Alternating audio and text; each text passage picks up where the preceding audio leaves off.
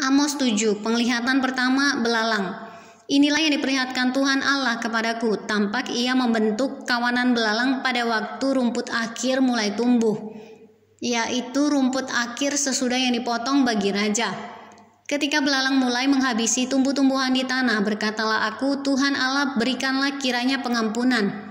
Bagaimanakah Yakub dapat bertahan, bukankah ia kecil? Maka menyesallah Tuhan karena hal itu tidak akan terjadi, firman Tuhan. Penglihatan kedua, api. Inilah yang diperlihatkan Tuhan Allah kepadaku, tampak Tuhan Allah memanggil api untuk melakukan hukuman.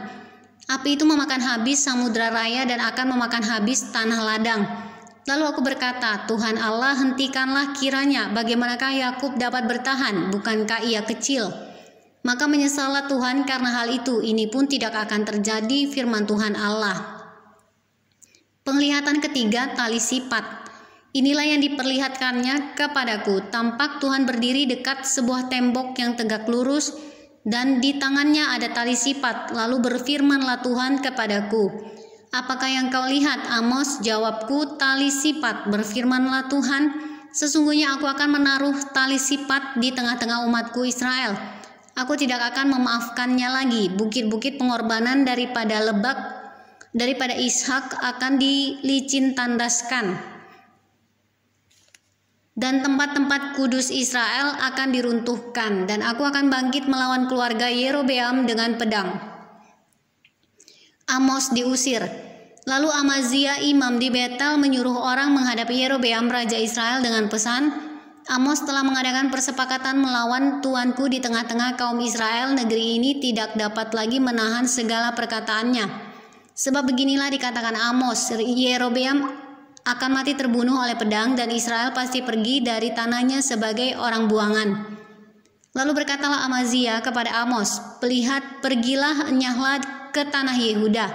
Carilah makananmu di sana dan bernubuatlah di sana. Tetapi jangan lagi bernubuat di Betel, sebab inilah tempat kudus raja, inilah bait suci kerajaan. Jawab Amos kepada Amazia, aku ini bukan nabi, dan aku ini tidak termasuk golongan nabi, melainkan aku ini seorang peternak dan pemungut buah ara hutan.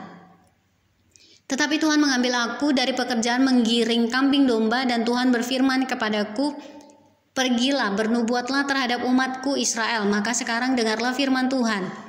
Engkau berkata, janganlah bernubuat menentang Israel, dan janganlah ucapkan perkataan menentang keturunan Ishak.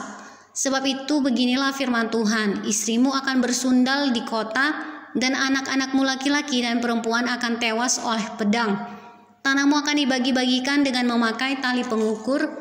Engkau sendiri akan mati di tanah yang najis, dan Israel pasti pergi dari tanahnya sebagai orang buangan.